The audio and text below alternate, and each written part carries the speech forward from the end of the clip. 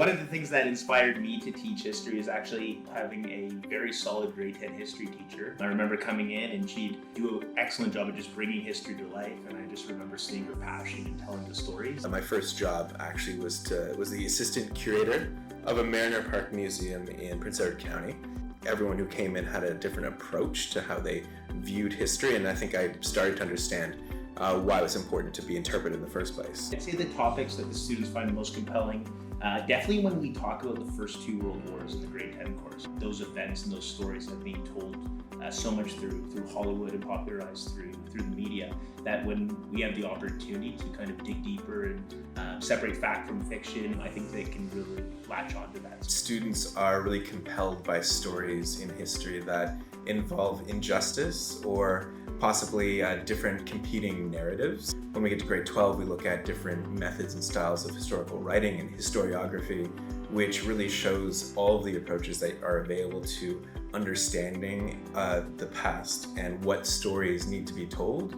And by telling what stories are you ignoring? We've been working with 6 historical thinking concepts, which are tools of historical literacy that you can use and leverage in the classroom. And I think the most engaging is sort of getting kids to engage with historical perspective. Some of the best ways that we can teach through historical perspectives is actually through bringing history to life. So in the grade 10 history course, we look at the dropping of the atomic bomb and have students look at it through the American perspective, but also through the Japanese perspective, bringing history to life by having them do a flip debate so they have time to be on both sides of the argument.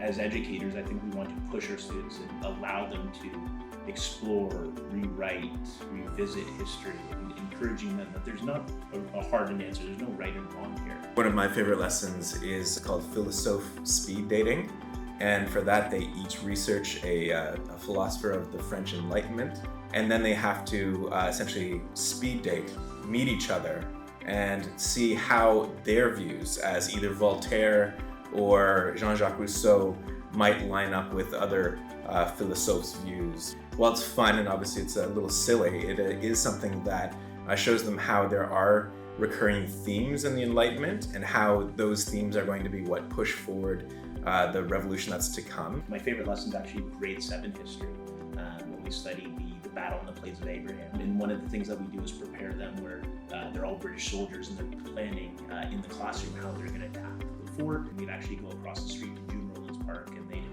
replicate the battle strategies and the tactics used. It's a real exciting moment, and I know the kids in grade 7 really get a kick out of it.